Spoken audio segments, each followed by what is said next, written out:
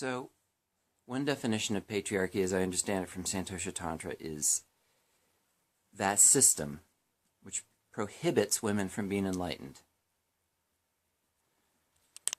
and constantly diverts them into secondary positions of support for men who become enlightened. And I know that she's conquering that pattern and replacing it with her own realization and the realization of women. So, I take the patriarchy to be a real thing, whereas I think Karen Straughan is criticizing an interpretation of the patriarchy that is false, that is based on this idea that men are at fault, men are inherently bad or evil, and it is necessary for the female tribe to somehow overcome the male tribe. And the tribalized view of feminism has become ascendant naturally in the divide and conquer ego culture, which uses every advocacy or grievance as a way to divide people. And feminism has become completely corrupt. And that doesn't mean that the patriarchy isn't real. So even if feminism's original, some of its axioms or ideologies are false, I don't necessarily agree with Karen Straughan that the patriarchy doesn't exist. It doesn't exist in the fake way that the fake feminists defined it. But I do believe the patriarchy exists as a system as Santosha Tantra has defined it. And that's useful for me to analyze the plight of rock and roll. And so is Karen Straughan's position that men's needs, boys and men, and their interests, their needs are real. They're valid. And that's a way of saying, well, if the needs of men, the interests of men are valid, and if the needs of boys and the interests of boys are valid, then maybe we can get to that place where we can agree that the needs of rock bands are valid.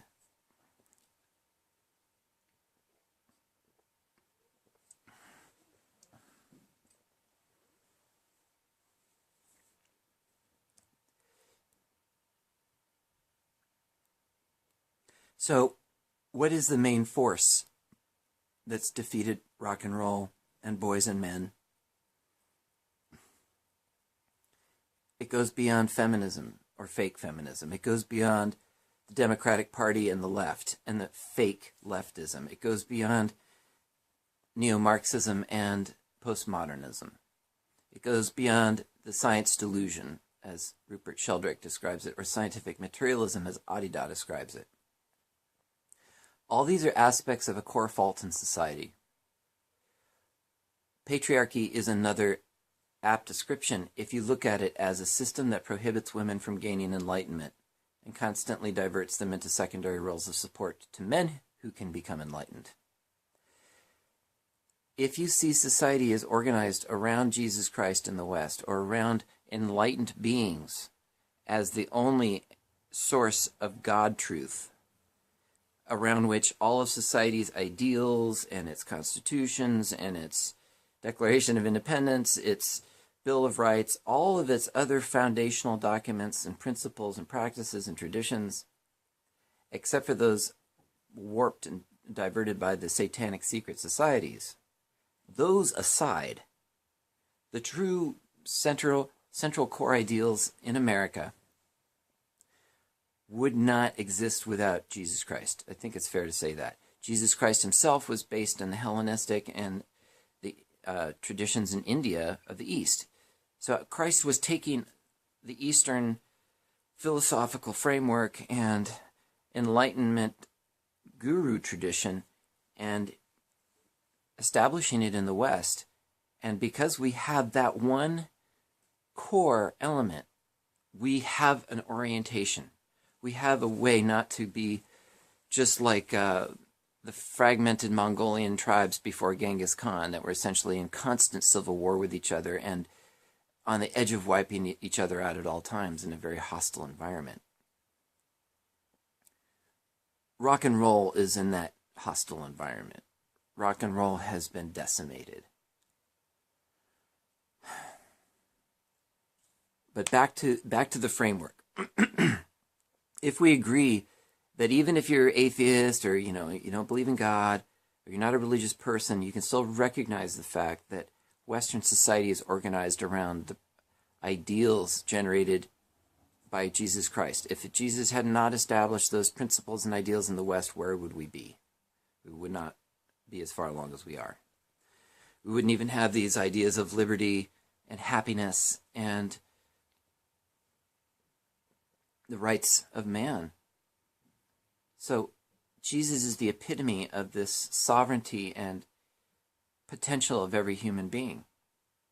So he stands as a constant example of what is right to do, and he's there constantly as a presence to help everyone do right.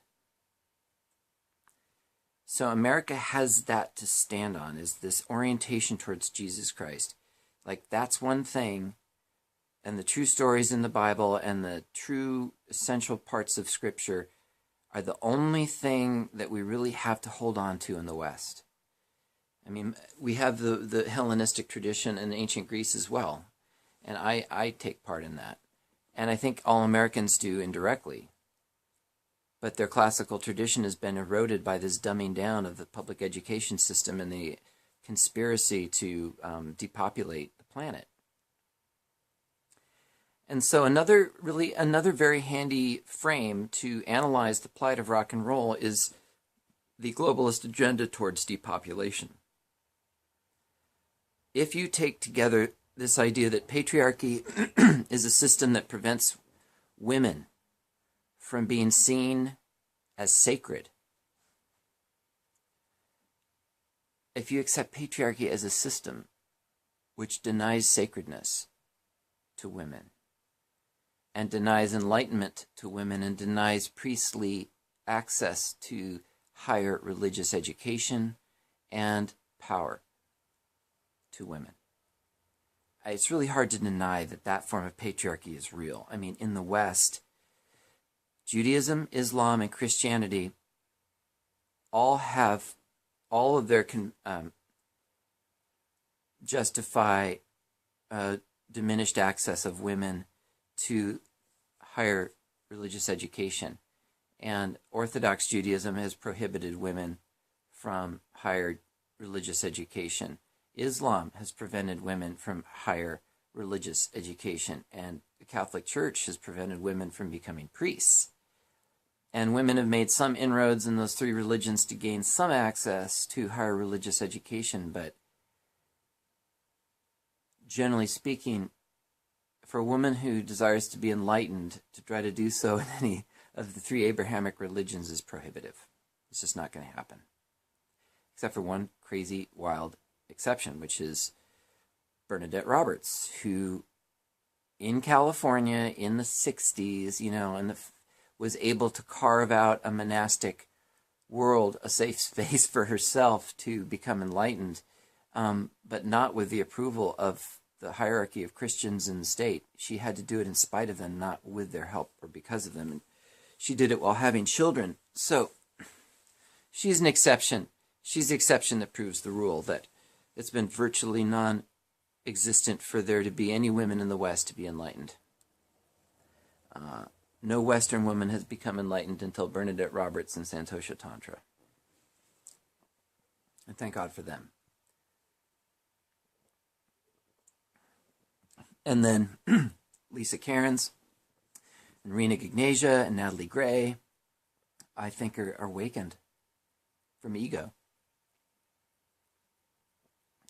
And so you might guess where I'm going with my long-term argument about what's going to fix rock and roll is this rebalancing of the genders, is an acceptance of the divine feminine and the goddess as an equal peer and partner to God and the divine masculine. And rock and roll, to me, epitomizes the divine masculine in the West. It's as far as the divine masculine was really allowed to go after Jesus Christ, because Jesus is obviously the divine masculine. Adida is the divine masculine, but not recognized so much yet. But rock and roll, I think a lot of people might be willing to agree, is where the beauty of the male got the furthest before it was inevitably crushed, extinguished, and falsified.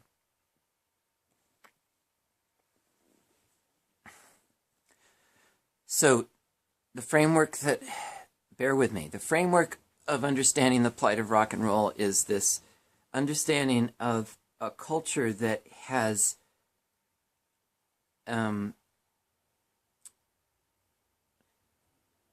adopted this form of patriarchy that excludes the divine feminine.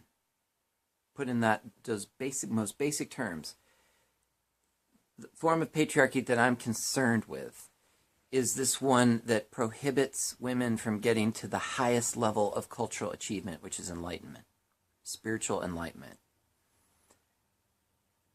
What else bad would go wrong with a culture that prohibited a whole half, the goddess half, from being real, from being acceptable, and would burn thousands of women at the stake to enforce that rule? Any woman who showed signs of power, independence, knowledge of herbs, knowledge of healing, midwifery, knowledge of meditation, or anything like this was suspect of being a witch and being satanic, and thousands of them got burned or tortured or ridiculed or harmed, or in all these ways dirty tricks placed against the divine feminine, the goddess, and women achieving power in the religious and spiritual realms. My theory is that if you allow that form of patriarchy, you're going to diminish and destroy those aspects of the divine feminine in your culture, such as rock and roll. Because even though rock and roll has been dominated by men, it's men who are acting out the goddess. It's men who are incarnating the goddess aspect of beauty, of feeling, of love, of truth, of expression, of vulnerability, of cooperation with the team, the rock band. Cooperation is usually seen as like a feminine ideal, but look, all these rock bands are mostly men. And these men have had their ups and downs in bands, but they still, in spite of this hostile culture, have maintained a lot of their band solidarity for decades. And those men have maintained cooperative bonds with each other for decades. And they maintain cooperative bonds with other men in their fan base. So there's a tremendous counter movement to this idea that men are non-cooperative because of their evolutionary adaptation and their need to throw down and kill another dude at a moment's notice because survival of the fittest and the whole tribal internecine blood sacrifice culture that was ultimately caused by these Anunnaki, reptilian, bloodline family, secret society bullshitters that were doing their experiment at our expense and warping our entire society to be this materialistic hell realm where in rock and roll you're either relegated to failure and never can succeed because of the catch-22s that are lined up in the rock world against you. Or if you do succeed, you'll be assassinated if you tell the truth. And if you want to live, then you have to agree to sign a contract with the devil in order to gain access to the Illuminati-infested and controlled music industry. So that is a big catch-22. You're damned if you fail and never make it. You're damned if you make it and sign your life away to the devil, or you're damned if you make it and don't sign your life away to the devil. They're going to blacklist you or kill you or hurt your family.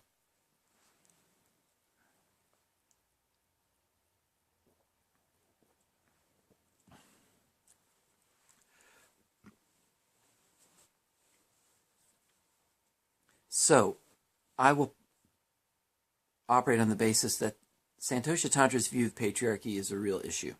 It's a real thing. And I find plenty of evidence to support that narrow definition of patriarchy. Not the definition that says that men are the enemy and you should hate them.